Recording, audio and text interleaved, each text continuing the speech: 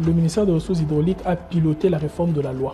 La loi sur l'électricité était une loi assez muette, mais aujourd'hui, nous avons pu révisiter cette loi, ajouter les concepts qui manquaient, et la loi a été ratifiée par le Parlement au mois de mai.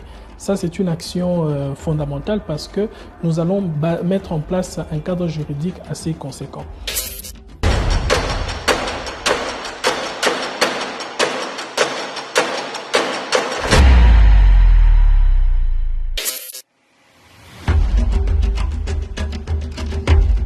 Aujourd'hui, je pense que le gouvernement souminois et sous l'impulsion du chef de l'État Félix-Antoine Tshisekedi Tshilombo, des réformes majeures ont été faites.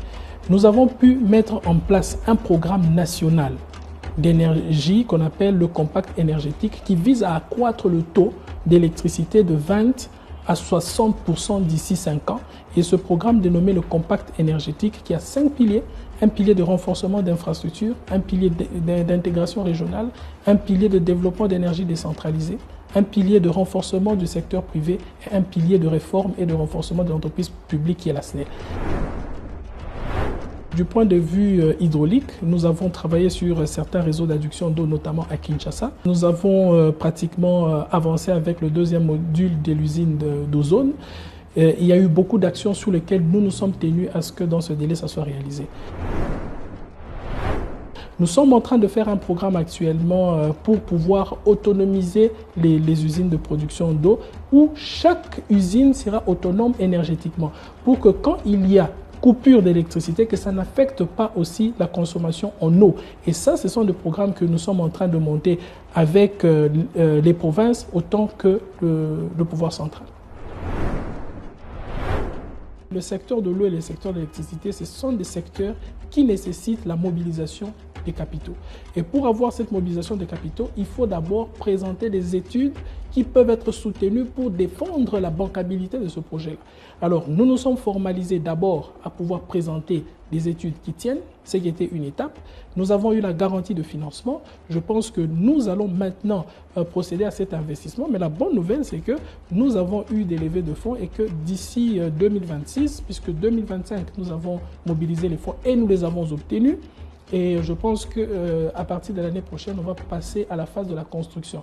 Ce sont des secteurs qui touchent à des grosses infrastructures et qui doivent se résoudre par l'érection de ces infrastructures-là. C'est une première avec le gouvernement souminois que l'on puisse donner des solutions directement à des zones rurales qui avaient un taux d'électrification soit de 0 ou de 0,1%.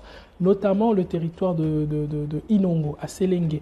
Nous avons mis de projets d'électrification. À Kongolo, dans le Tanganyika, nous avons apporté de solutions photovoltaïques et de l'éclairage public à nos populations. Nous sommes aujourd'hui à Boudjala, nous sommes à Bokungu aujourd'hui, à Lubao, à Chilenge, à Kabinda, dans le territoire de Koto, dans le Sankourou. On apporte des réseaux d'adduction d'eau associés avec une unité de traitement des eaux. Ça, ce sont des solutions que nous apportons à nos populations pour dire que la vie ou l'accès à l'électricité, à l'eau n'est pas que centralisé dans les grandes villes. Et le Kobako Bossanante, c'est que le projet Nyonso O Elali O Esalema Kate, les lois et bandi ko salema. To sali projet à Katende et sali 8 ans et zala qui n'a pas placard. Les lots Katende et comme Telema pour produire l'électricité. Le chef de l'État Félix-Antoine Tshisekedi Tshilombo au mois de décembre avait été lui-même à Kananga. Et à Kananga, je me rappelle, l'archevêque de Kananga n'a répété qu'un mot, Boalou Bwanzem.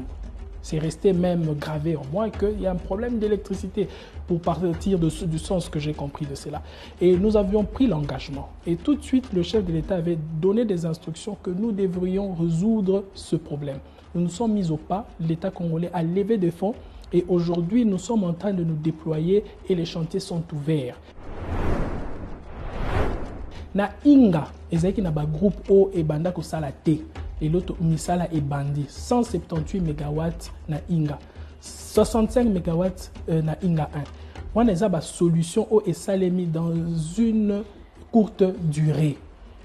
Ba projet mususu na ba zone mususu ba Ruzizi, Kivu, banduku ya Kivu batapata na bo électricité moto tafika pale. Ça veut dire que ce sont des solutions que nous avons apportées. Aujourd'hui, nous avons pu avec la Zambie, on va développer une solution d'intégration en termes de partage d'électricité au Katanga. Donc, Batoto à Katanga, Nabo Batapata, Moto Enye Tafika Pale. Donc, il y a beaucoup de solutions que nous sommes en train de faire. Donc, Bande Konabiso, Obaza, Awanakin, Bazo, Mona, que même na Katia, Bamisala, Moussous, Nabamai, Tokomi Kosala, Batuyotri, Asika. Donc, changement, il faut que le dossier est belé et zélé et là, dans 12 mois, nous sommes télémis, non seulement est télémis à Koloba, mais peut-être aux misoloango pour que Misala va les salaires.